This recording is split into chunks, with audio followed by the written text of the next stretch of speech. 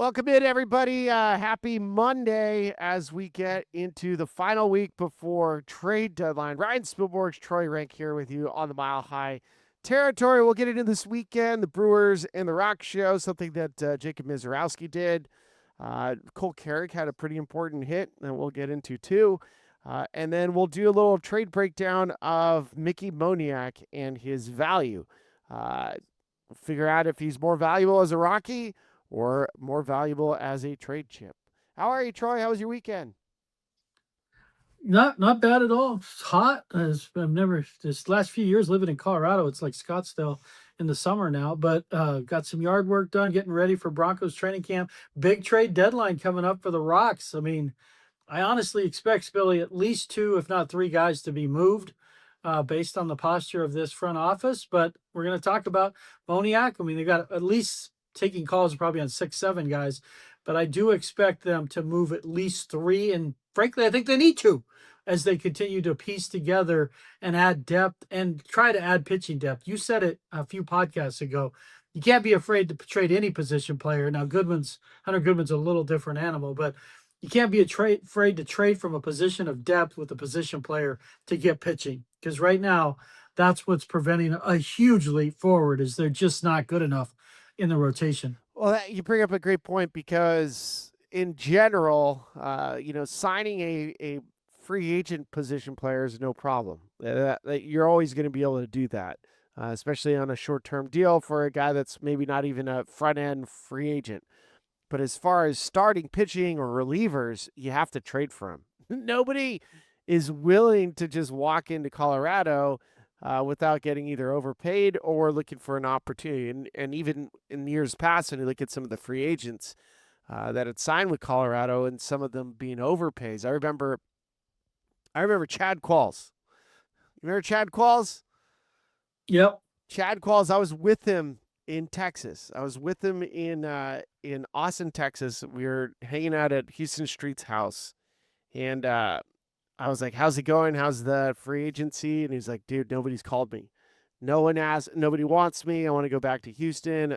Nobody wants to even take a flyer." And then all of a sudden, like a day later, it's the Rockies. The Rockies says, "Hey, we're going to give you, this contract," and it was the only contract that was offered to him, and it was more than anything anyone was willing to take or offer Chad Qualls. So he accepted it, of course. And he called me the next day, and he was like, "I got an offer," and I was like, "You better take that." He's like, "Yeah, we took it the second they called." So like certain pitchers at their points of their career will take a deal, but as far as anybody else, you got to trade for it, especially if you want young, controllable arms. You got to trade for it, so there's no choice.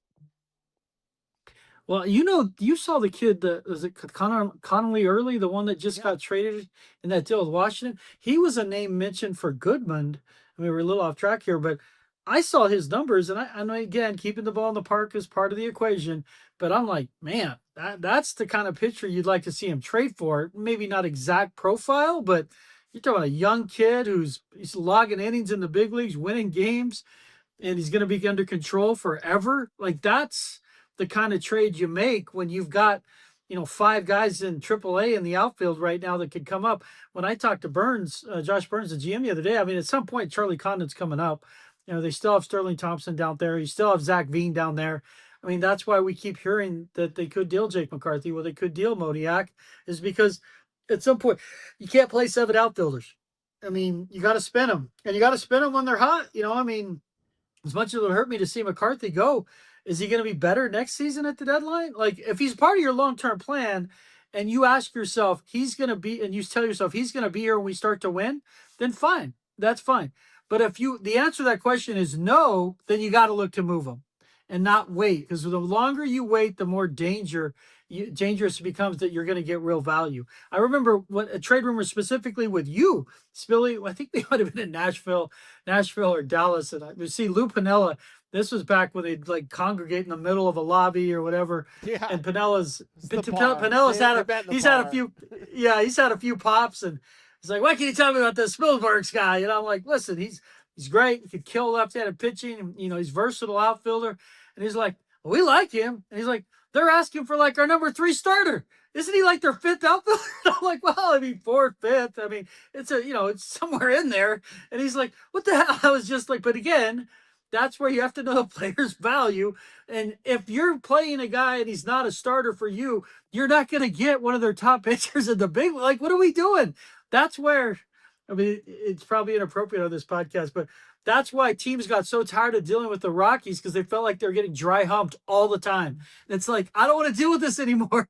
Like, either we're making a trade or we're not, because this is stupid. These demands you're making are like literally wasting my time. I could be on the phone with somebody else. Yeah, I mean, nobody likes dry humping, and especially relievers. That's where it started. Was relievers is getting warmed up and sat down. That was the advent of getting dry humped in a baseball game. All right, so interesting you brought that up. So this week is, I mean, there's a day off. I'm in San Diego right now. 2 games against the Padres. Another day off Thursday. Which means to me, this is one of those weeks as you lead to the not the All-Star break, but the trade deadline. There's a lot of chatter and noise for players. Yep. And then when you have multiple days off, it grows even more. So having experienced it, and obviously I never got traded because they wanted too much for me, right? But there are players on this roster: Brendan Bernardino, Antonio Senzatella, Jake McCarthy, Mickey Moniak, Tyler Freeman. There's probably some relievers back there, like Jimmy Herget, trying to figure out, okay, we have 7 or 8 players whose names might get tossed out there, but it's not just that their names are getting tossed out there. They're looking at their years of control. So am I a free agent next year? What's my lot? Am I up for arbitration? Like, what's the deal here? So it becomes a really noisy time for players, and for the Rockies specifically, because they're not in it.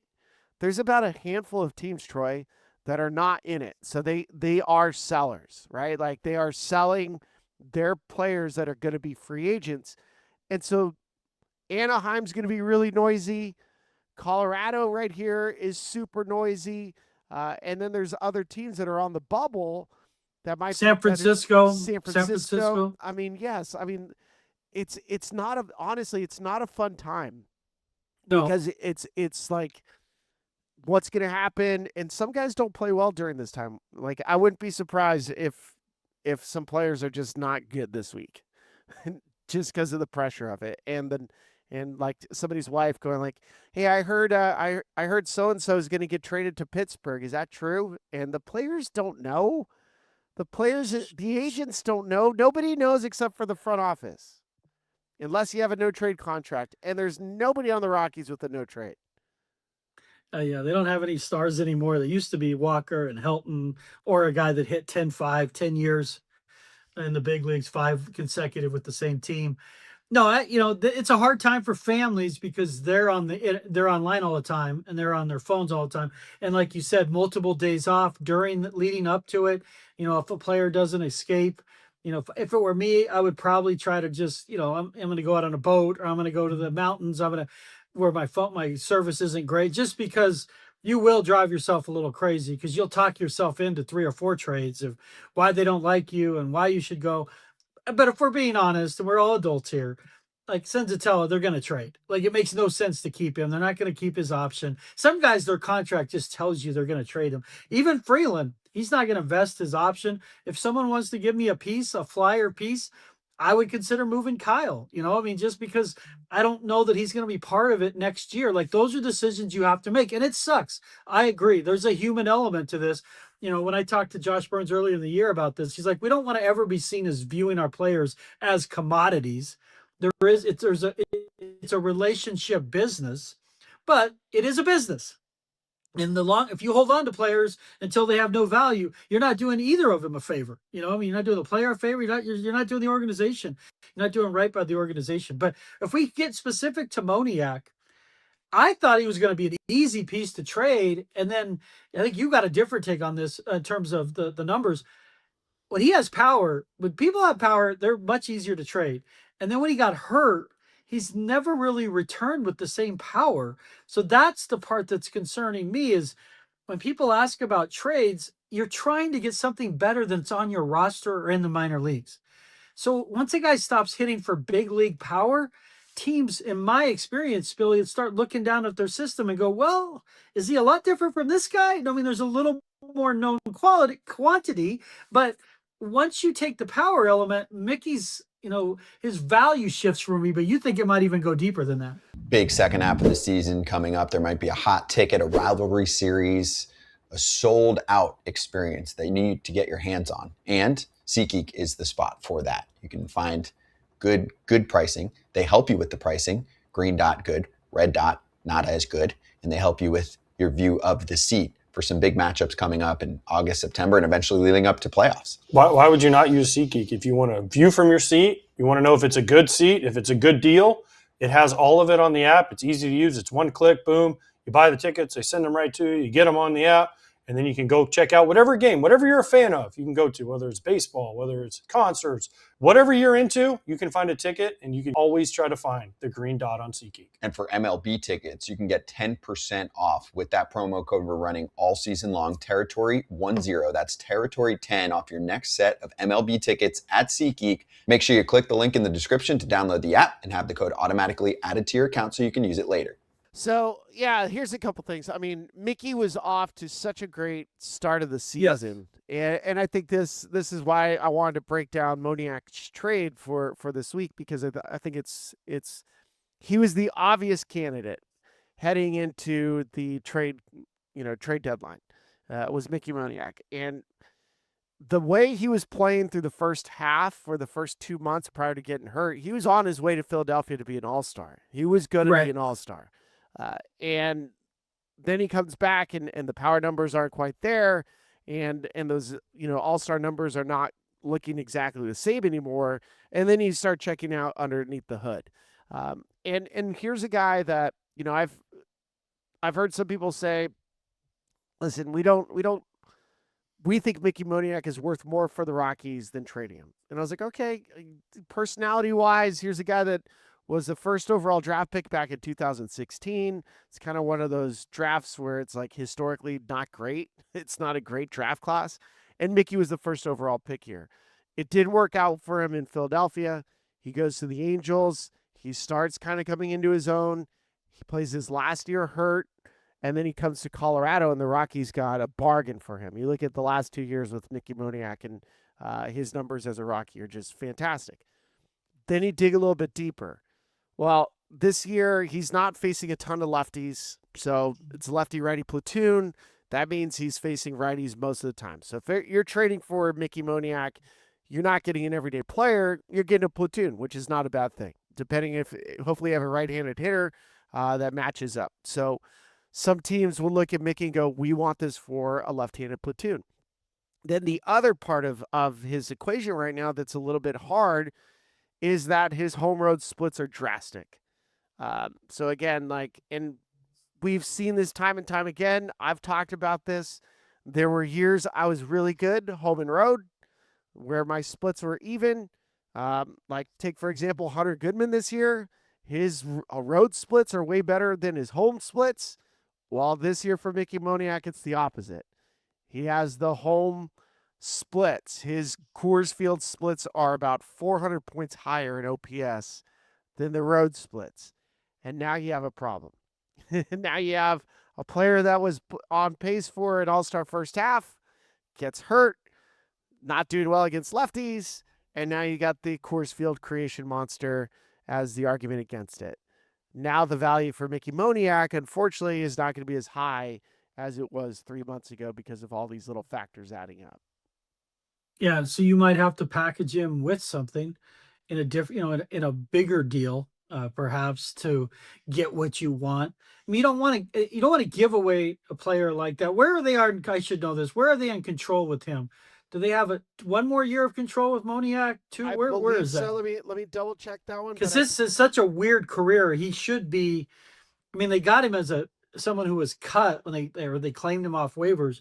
I don't think he's gone fully through the arbitration process. I would doubt, right? I believe he has years of control. I'm pulling it up on Spot Track. I use Spot Track over everybody else because sometimes Baseball Reference is a little bit more difficult. So yeah, he has a year of arbitration next year. So 30-year arb.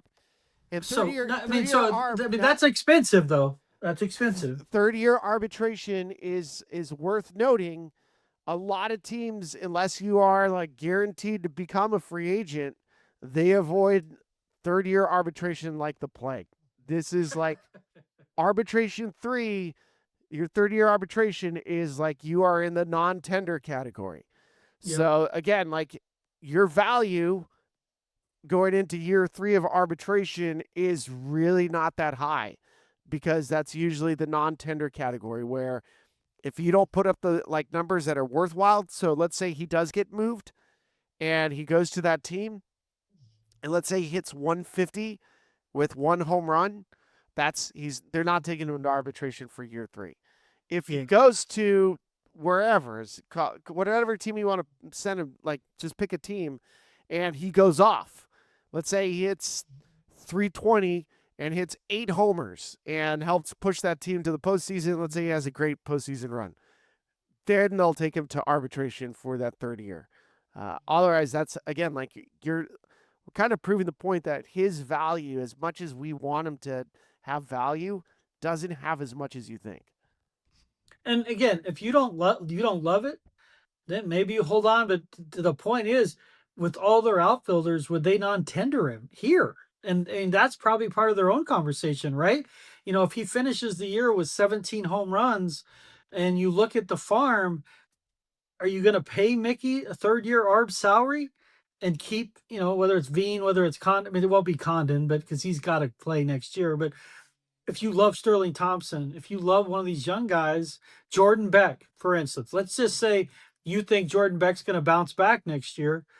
Are you going to tender Moniak, a third-year ARB guy? I'm just saying it's a conversation, but maybe it is just, hey, we're going to take the best deal available because we know we're going to keep Beck, or maybe we're going to keep Moniak and we're going to deal Beck. We're going to see if someone will be on the hook for Beck that likes a young player with a high upside. Obviously, be taking the risk you're selling low because he's in AAA right now, but maybe someone loved him on their draft board a couple years ago. That's how NFL trades happen. It's almost always from their pre-draft work on a guy ends up influencing greatly a trade. But if it does get gray area with Moniak, where basically it's some low A-ball kid with a 4.8 ERA who throws hard but no command, do you hold on to him and then say we got to make the best deal available with McCarthy? Oh, I mean, I see that now you're getting into the conversations that are difficult.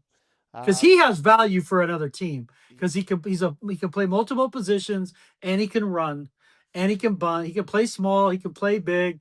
He's having a great year. He definitely had an all-star case. And I think without looking, his splits are reasonable. They are reasonable. And McCarthy, very similar. He's got 2 years of control. So 2 years of so he has ARB 2 and 3. So that makes him far more attractive.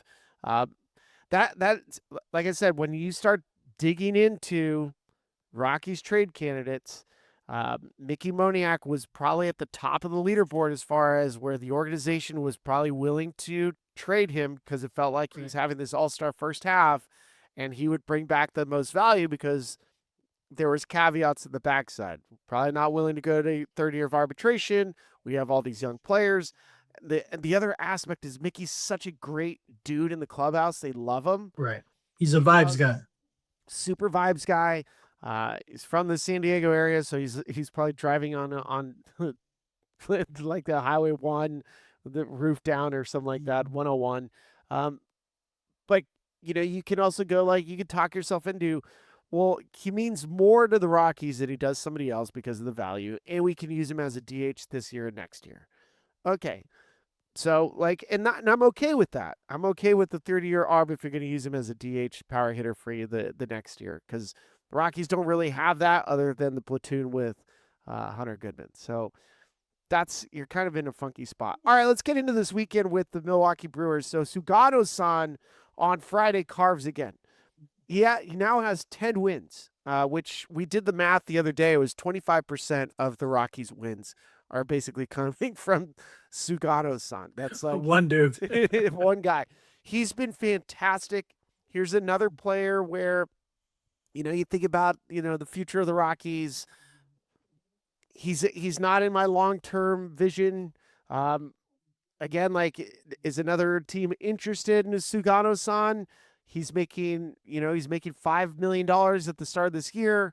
That means prorated for the last 2 months is right around $1 million for Sugano. And if you're a contending team, is Sugano getting 5-6 starts for you? Is that worth it? I don't know. Yeah, I mean, Sagano, the problem is he didn't pitch particularly well last year in the American League. So that's going to influence probably how some of the teams out there look at him. But as an NL guy, I think there's going to be some nibbles. It's just the problem you run into with a starter like that, and it's not always fair. But when you're trading from a team that's, got 42 wins to a contenders, Billy, and you've got a guy with 10 wins and his decent numbers, but is he a fifth starter for that team that's acquiring him?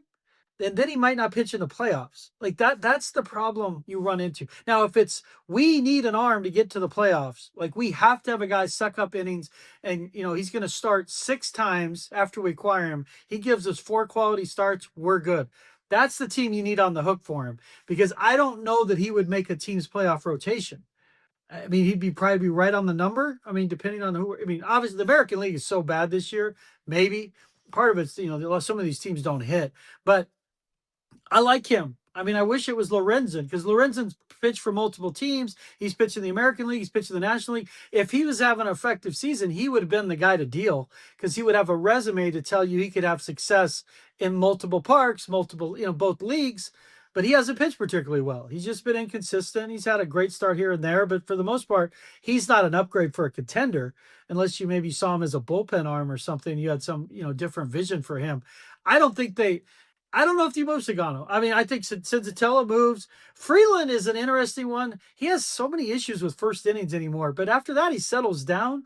Is he a guy, like, because of the first inning thing, you can't trust him as a reliever? Or could you just see him coming out of the pen, Spilly throwing 95, and he'd be a nice left-handed piece out of the pen for somebody? So I was hoping we'd get here. All right, so Friday Rockies win. Saturday Ryan Feltner, okay. They lose to Robert Gasser and the Brewers on Saturday. And then on Sunday, it was Kyle Freeland, Jacob Miserowski. And this was on paper not a fair fight, right? The Miz is the best pitcher right now in baseball. He's impossible to hit. And so when you think about this this matchup and watching Kyle Freeland, this was possibly, looking at the trade deadline, could that have been Kyle Freeland's last start? Right. Like thinking about it, like, and I think even post game he was emotional. There's like some frustration about the first inning. I think Thomas Harding was going to ask him about the Miz, and he said, "Don't ask me about the Miz right now." So you could see like his brain was kind of in that space. You and I talked about this. I wanted to see the Rockies slowly convert Kyle into that Senzatella position because if you did that, I felt like it gave him the chance to have this second part of his career and not being negative at all, saying you're not a starter. It's look at how much this helped for Senzatella.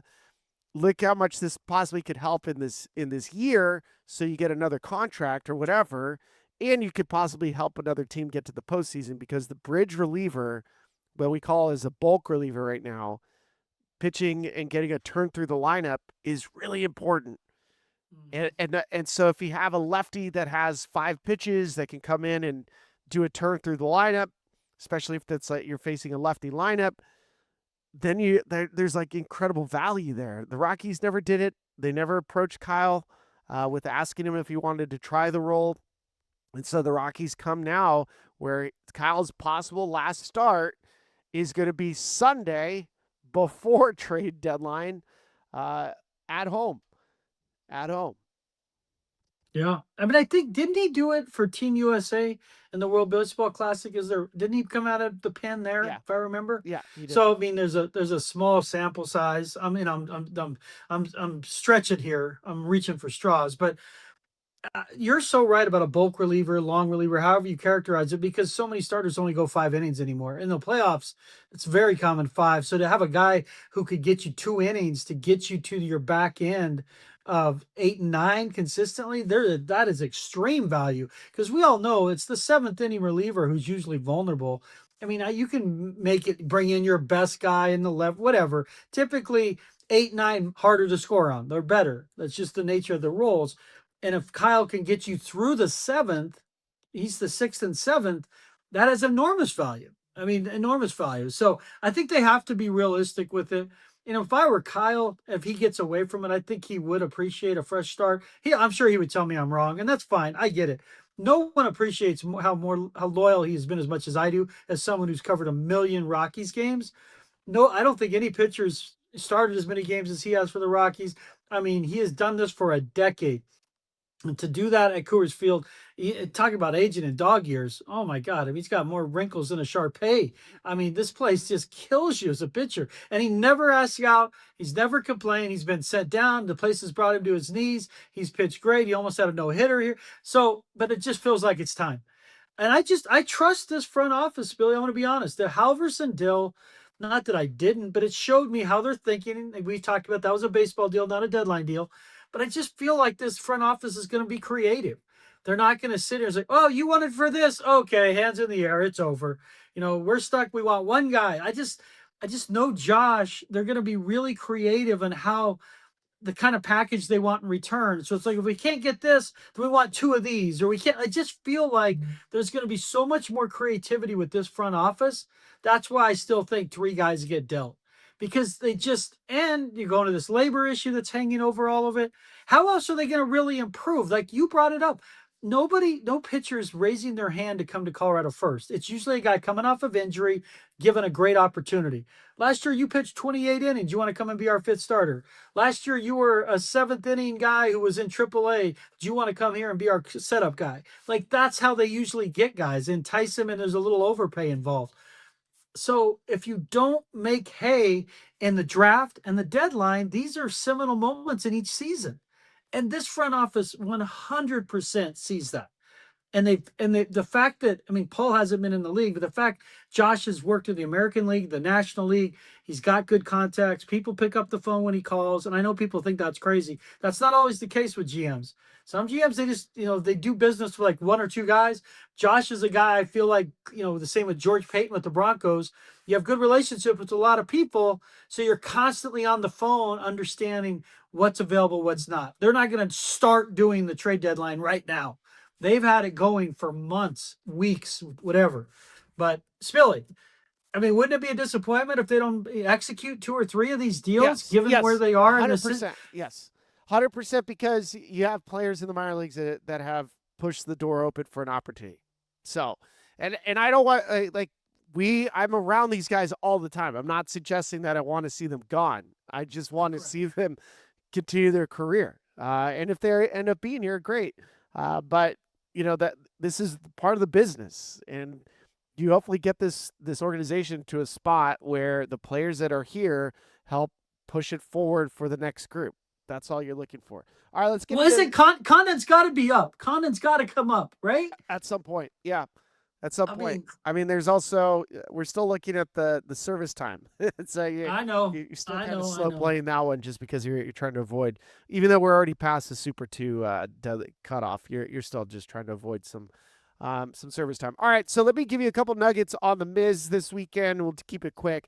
Miserowski, 6'7". He pitched 4 innings his last outing.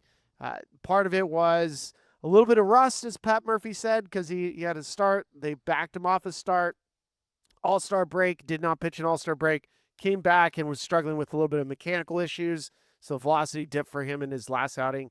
There was no issues with velocity on Sunday with Jacob Miserowski. He threw 66 pitches, over 100 and 101. So yeah. It's a new record, 63 pitches, 101 and above. It's crazy. He also struck out 12 of the first 14, including several over 103 miles an hour. So that was just, and I'll give you one part about Miserowski that I know we talk about the velocity, talk about the extension all the time. So he's 7'6" with the extension, which adds about 2.5 miles an hour to your fastball. All those things are great. It's the slot. It's the vertical attack angle. It's where he releases the baseball. It's a lower arm slot. So not only does he have great extension, huge velocity. It's a lower arm slot. If you go back and I know it was like Cooperstown was this weekend, but if you go back and you watch Pedro Martinez pitch, he had the lower slot exploding fastball that carried up. Just picture Jacob Miserowski as a 6'7" Pedro Martinez. That's the best way to Okay. describe it.